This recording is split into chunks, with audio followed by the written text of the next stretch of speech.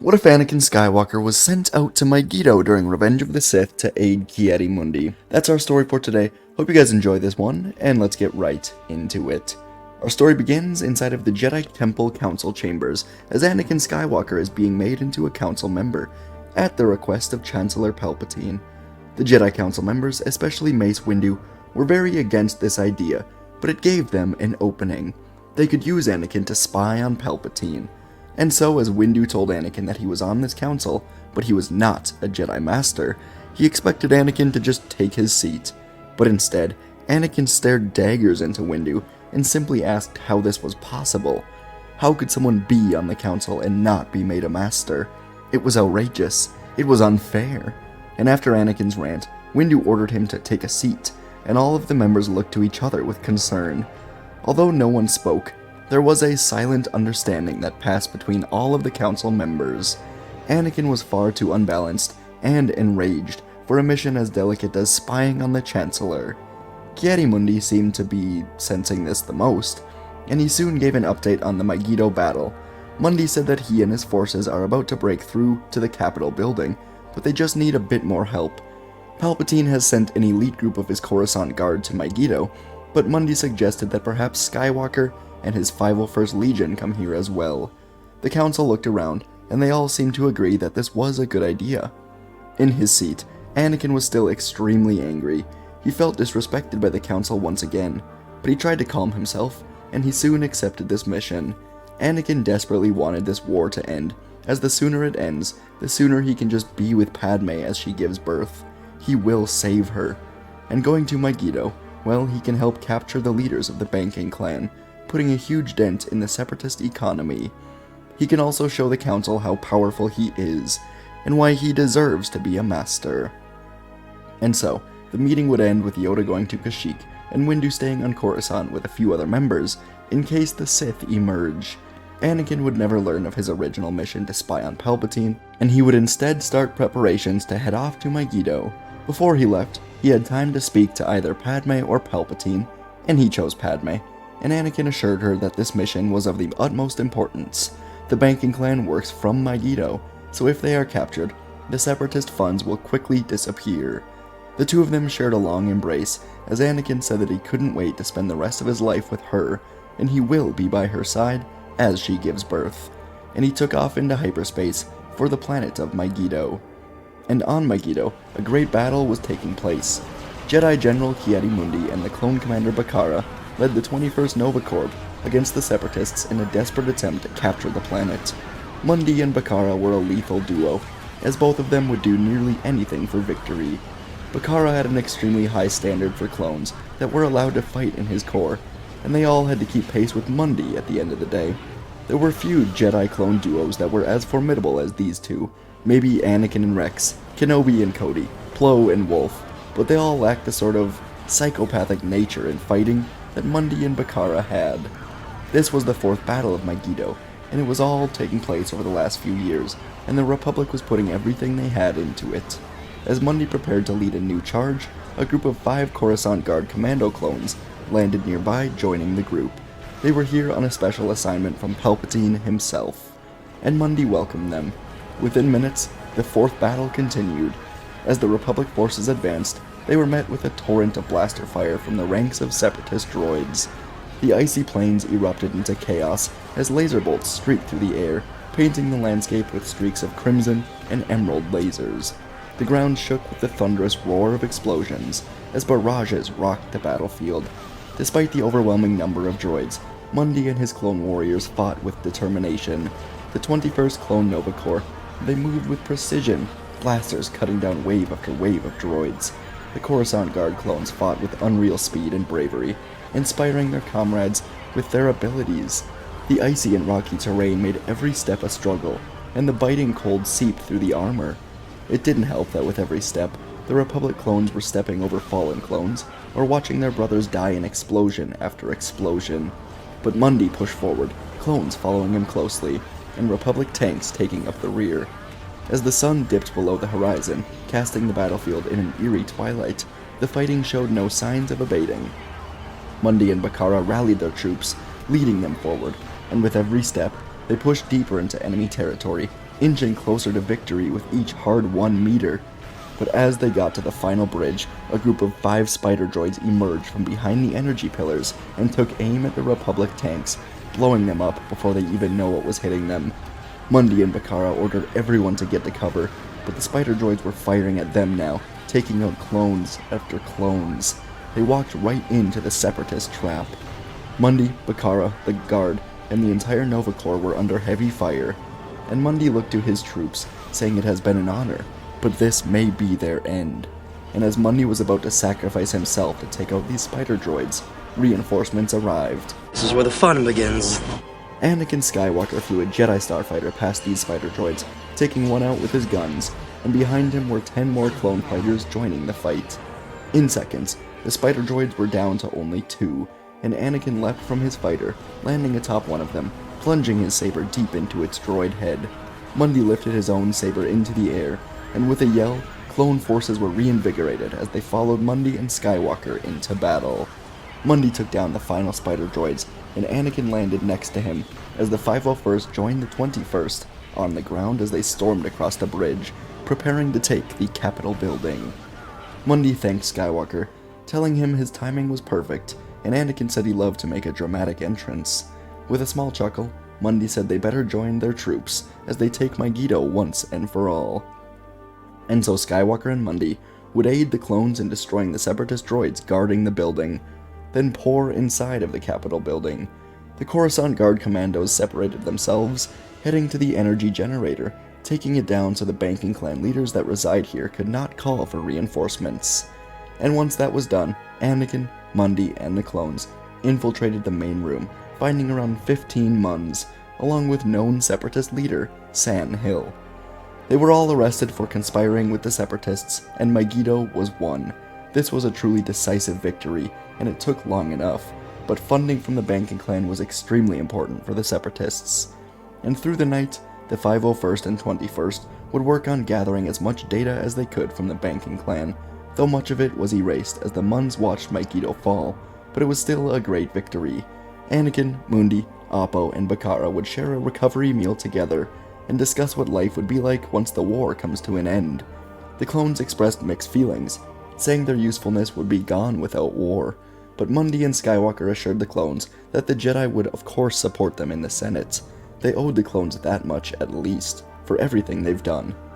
And as everyone was wrapping up for the night and preparing to either head back to Coruscant, reinforce the new Republic blockade over Mygeeto, or sleep here for the night before getting new assignments in the morning, Anakin snuck off to a communications room near the energy generators. He was excited to call Padme, tell her about everything, and how he would be returning to Coruscant soon. But as Anakin set down his communicator and prepared to call for Padme, he heard voices in the distance. Clone voices. What were clones doing in this communications room late at night? Anakin curiously snuck through the halls until he saw the clones. It was the group of Coruscant Guard commandos, and they were using a data scanner to analyze a large, ancient-looking crystal. Anakin recognized it from his reading up on the mission report to be the crystal that powered the energy collector on this planet. But why were the clones analyzing it in secret? And who was the data going to, Anakin wondered. He decided to find out, so Anakin emerged from the corner and he asked these troopers what they were doing. The 5 commandos looked to each other, then lifted their blasters, telling Anakin they were not allowed to disclose any information. Anakin asked, on whose authority? And the commandos simply said that that is classified. This was very strange, and Anakin again told them to step away, as he was their general.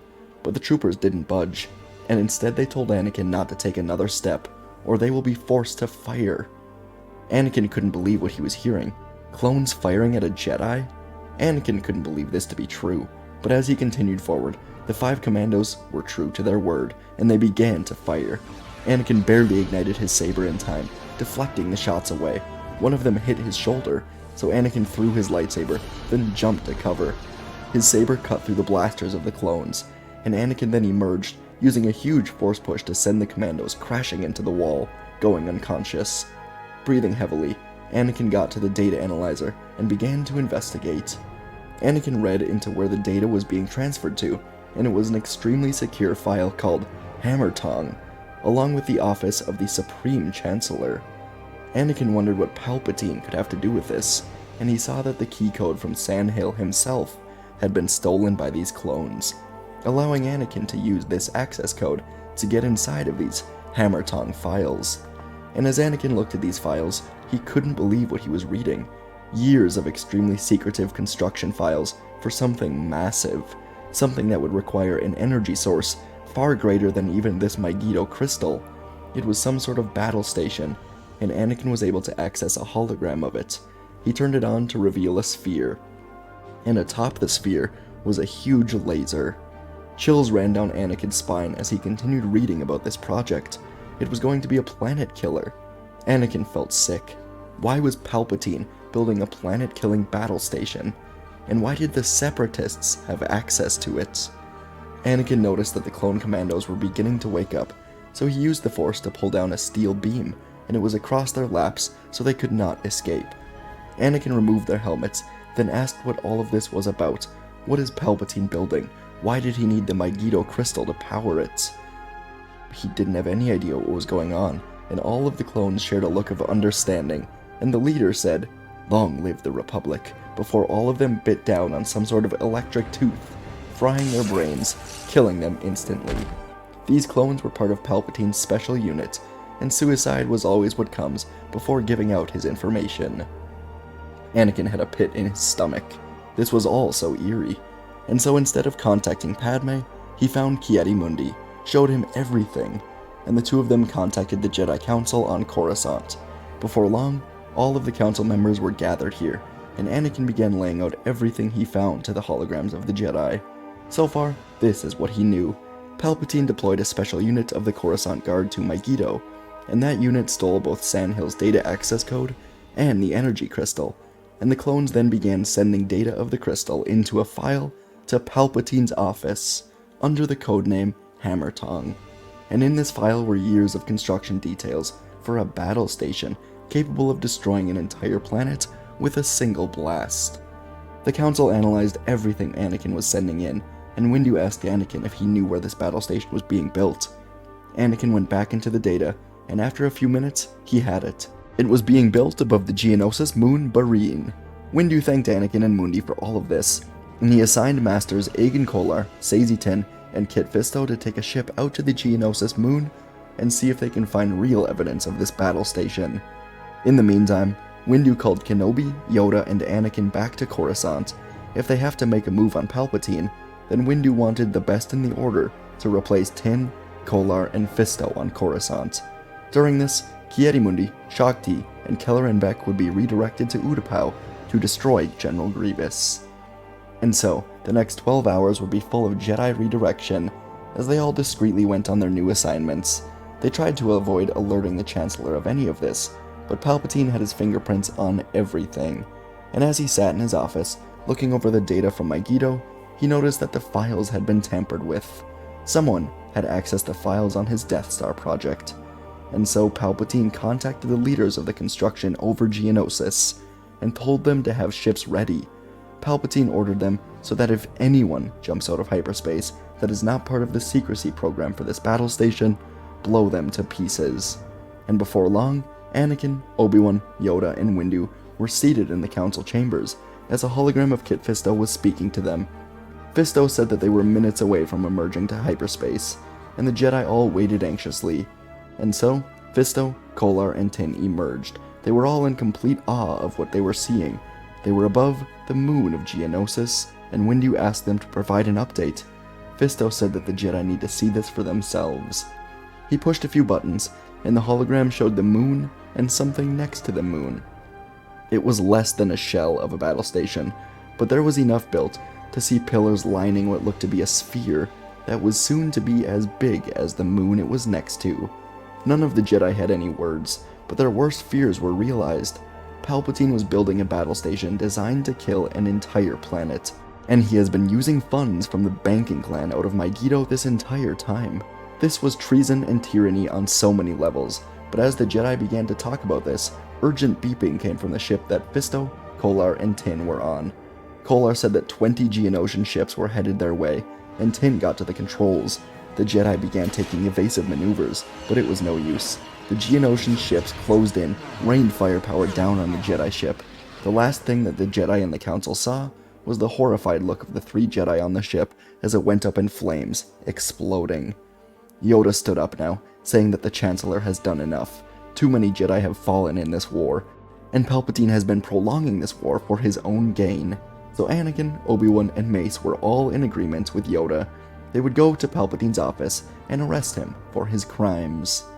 In his office, Palpatine spoke to the leaders of the Death Star project, and they said that a Jedi ship was destroyed, but not before making communication with someone.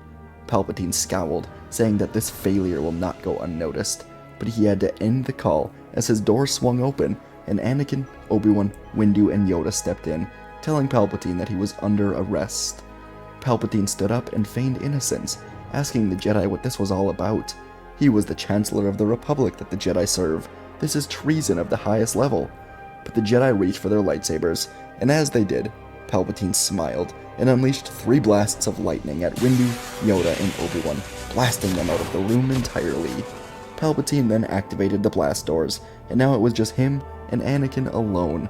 The blast doors had many layers. They were designed specifically to keep Jedi or Force users out, so Palpatine would have a long time with Anakin. Anakin ignited his saber now, pointed it at Palpatine in disbelief. He stammered and said, "You're the Sith Lord." And Palpatine gave Anakin a gentle smile, saying that indeed he is, but that does not mean they must be enemies. From behind Anakin, he could hear Yoda, Windu, and Obi-Wan pushing their sabers into the blast doors, but it would still take much longer. The doors were heavily reinforced. Palpatine asked Anakin what it is that he wants most in life, and when Anakin didn't say a word, Palpatine said he can give Anakin anything, including the power to save Padme Amidala from certain death. Anakin raised his saber to be just inches away from Palpatine's face, and he didn't even flinch. Instead, Palpatine smiled, saying he can feel Anakin's anger. Palpatine urged Anakin to use it to complete his destiny, turn to the dark side once and for all. But Anakin had seen what the Sith were capable of. He would not join the man creating this planet-killing space station. He couldn't trust this genocidal Sith to save his wife. So Anakin said he would never join him, then lunged forward, swinging at Palpatine. But the Sith Lord held Anakin's blade in place with his hand, then ignited his own crimson blade and stabbed forward. Anakin barely dodged, and Palpatine now held a huge grin on his face, telling Anakin that if he will not join him, then he will die, just like his wife. This enraged Anakin, and he pushed forward, swinging at Sidious. The Dark Lord was powerful. He'd mastered all 7 forms of combat, but Anakin held the power of the Chosen One. The two of them moved through the room, exchanging powerful strikes. The 3 Jedi, cutting through the blast doors, only had one more layer to go before re-entering, so Palpatine decided to taunt Anakin even more. He told Anakin that he put the nightmares in Padme's head, and that he has been behind everything, and Anakin was too weak to see it, too blinded by the Jedi ways. This made Anakin beyond angry, and he swung through the room, cutting through panels, furniture, then slicing Palpatine's desk in half, trying to cut the Sith Lord down. Sidious knew that Anakin was dangerous when using his anger, but he also would drop his defenses. So Sidious dodged 3 more swings from Anakin, blocked a 4th, then kicked Anakin in the face. Anakin was trying to recover when Sidious stole Anakin's signature move, swinging his lightsaber behind his back, then in front of him, as he cut through both of Anakin's hands, then spun and stabbed the Jedi through the guts. The other 3 Jedi finally broke down the blast doors, and they emerged right as Anakin was stabbed. Obi-Wan watched in horror as Anakin fell to his knees, then flopped to the floor, and Obi-Wan had flashbacks to Qui-Gon. Again, just like that day, Obi-Wan screamed out in pain. First his master, now his apprentice, and he felt the anger rise in him again as he looked to the smiling Palpatine. Yoda and Windu told Obi-Wan they would take him together, but Obi-Wan leapt forward, swinging at Sidious with rage and power. Obi-Wan locked sabers with Sidious, and his eyes narrowed, a mixture of anger, rage, and pain fueling his movements as he charged forward, his strikes fierce, unrelenting. Yoda and Mace followed suit, their movements balanced, each strike aimed to disarm the Sith Lord. Sidious parried their attacks, his laughter echoing through the office. He taunted the Jedi, feeling Obi-Wan's darkness, and Obi-Wan's frustration grew with each failed strike, memories of his past failures and losses flooding his mind. The Sith were responsible for Qui-Gon, Satine, trillions of lives, and now Anakin. Another intense wave of anger washed over him, fueling his attacks with ferocity. He pushed forward, his strikes becoming more aggressive by the second. Yoda and Mace exchanged a concerned glance, recognizing this dangerous path that Obi-Wan was on. "Obi-Wan, control yourself," Mace shouted, but his words fell on deaf ears as Obi-Wan continued his relentless assault. He unleashed a flurry of attacks, catching Sidious off guard, and the Sith Lord faltered for a moment, the ferocity of Obi-Wan's assault catching him off guard. And that moment was all the Jedi needed. Yoda and Mace seized the opportunity, their coordinated strikes overwhelming Sidious. And as Yoda and Mace joined in the final attack, Obi-Wan was able to swing his lightsaber across Sidious's neck, and the Sith Lord gasped, his eyes going wide, as he was defeated. Then he rolled to the floor, dead. And as his life faded away, Obi-Wan felt his own darkness begin to fade. He ran to Anakin, lifting up his head, trying to keep Anakin alive. But the light in Anakin's eyes was fading. He looked up at Obi-Wan and gave a small smile. He barely was able to say the final words, "Tell Padme, I..." And then his head fell back as Anakin was dead. And Obi-Wan said, "I will," before crying while holding Anakin. From here, Obi-Wan would soon bring Anakin's body to Padme, and she too would break down crying, seeing the man that she loves fall in to save the galaxy. Obi-Wan assured her that his actions brought forth the truth, and he died as a hero to the galaxy. The Senate would learn of Palpatine's funding his battle station with the help of the Separatists, and it would become clear he was a treasonous ruler. A new election would take place, where Bail Organa would become the new Chancellor, and the Clone Wars would end within weeks. But the official end of the war for many was the funeral of Anakin Skywalker. Padme chose to have his funeral on Naboo, where they fell in love, and where his children would be raised. Anakin's body was placed in an open casket, and it was paraded through the streets. Many of his friends attended, all of them watching in silence. In one row, there was Obi-Wan Kenobi, Padme, Ahsoka, Rex, Cody, Yoda, Windu, Ki-Adi-Mundi, Plo Koon, and so many others. Anakin touched the lives of so many, and he was laid to rest here on Naboo. Obi-Wan and Ahsoka would be with Padme as she gave birth, and as she did, all of them would sense a familiar presence as Luke and Leia were born. They could all feel Anakin, as if he were here with them, watching over Padme, Luke, and Leia, and it would give them joy, allowing them to let him go, as he was now one with the Force, to watch over the children as they become the leaders of the next generation of Jedi. And folks, that is where our story ends for today. I know, don't kill Anakin. Maybe I'm wrong. Stories get kind of mixed up sometimes, but I don't think I've killed Anakin in a while, at least in a story like this, so I really wanted to. I feel like it made a good impact, and it just probably took you by surprise a little bit, so hope you enjoyed. I think it makes sense. Sidious is able to kind of separate him, reveal himself to be a Sith Lord, taunt Anakin with Padme's death, and just completely overwhelm him. I mean, I think Sidious at this moment, with Anakin's emotions just swirling as they would be able to overwhelm him, so hope you guys enjoyed that. I wanted to do a parallel between Qui-Gon's death and Anakin's, with Obi-Wan holding them both as they died, which is so sad, I know, but I liked that idea, so I do hope you guys enjoyed that as well. Please let me know what you thought. Please subscribe, please leave a like, helps more than you know. If you want to become a member, check that out, a link in the description, and I'll see you in the next video.